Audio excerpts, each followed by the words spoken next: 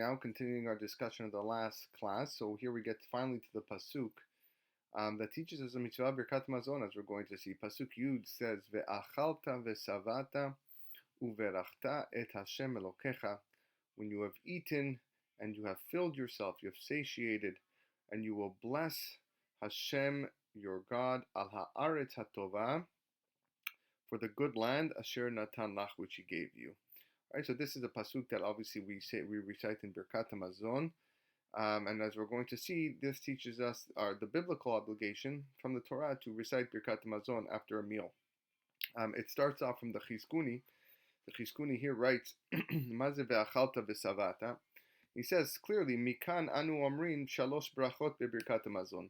From here we see that we recite three blessings of Birkat Hamazon. So according to the Torah, actually, Birkat Hamazon is only three brachot. There are four blessings in the Birkat Hamazon that we recite every day, but it's only the first three that are biblical obligation.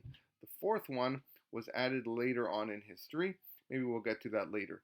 But the first three, which is Hazan et Hakol, Al Haaretz V'Hamazon, and Bonei Yerushalayim, that is the biblical obligation. So that's and it's here from Ve'achalta V'Savatu Verachta. This is the source that we have to say a bracha after we eat and feel satiated. Ve'achalta v'savatu verachta shemevarachina ala achila. This is the custom that we say the bracha on the food that we just ate. Zuhi Birkat Hazan. He says this in reference to the first bracha, which is the blessing of the food that we have. Uverachtat Hashem Elohecha, and you will bless the Hashem your God. Okay. He says lerabot ba'al habayit. This is to include the owner of the house that you're eating at. So the idea here, says the Chizkuni, is it should have just said Uberachta Hashem Elohecha, and you shall bless Hashem your God. The word et is extra. And he's telling us that the word et is coming to include the owner of the home that you're eating at. Sometimes you're a guest at someone's house, and therefore you're partaking in his meal.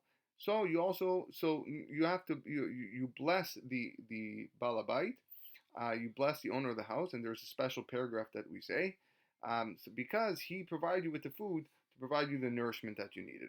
So that's ve'achalta ve'savata, okay, uberachta, that's the food, birkat hazan, and then the pasuk continues, al haaretz. So al haaretz, the Chizkuni continues and says, zohi birkat haaretz. This is in reference to the second blessing of Birkat Mazon, which begins, nodeh lecha Hashem Elokeinu.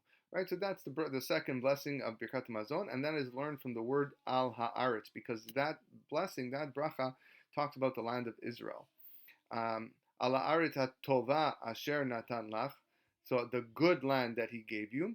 And so the Chizkuni writes, Zohi Birkat Bonei Yerushalayim. This is the third and final blessing from the Torah. Remember, there are four in total, but three of them from the Torah. This is the third one that is taught to us from the words Hatova Asher Natan Lach.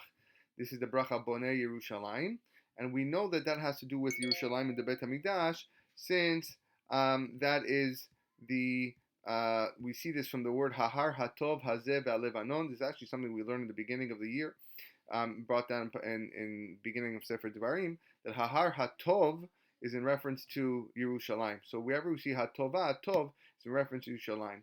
And therefore this is how we know from this pasuk that we have the first three blessings from the Torah.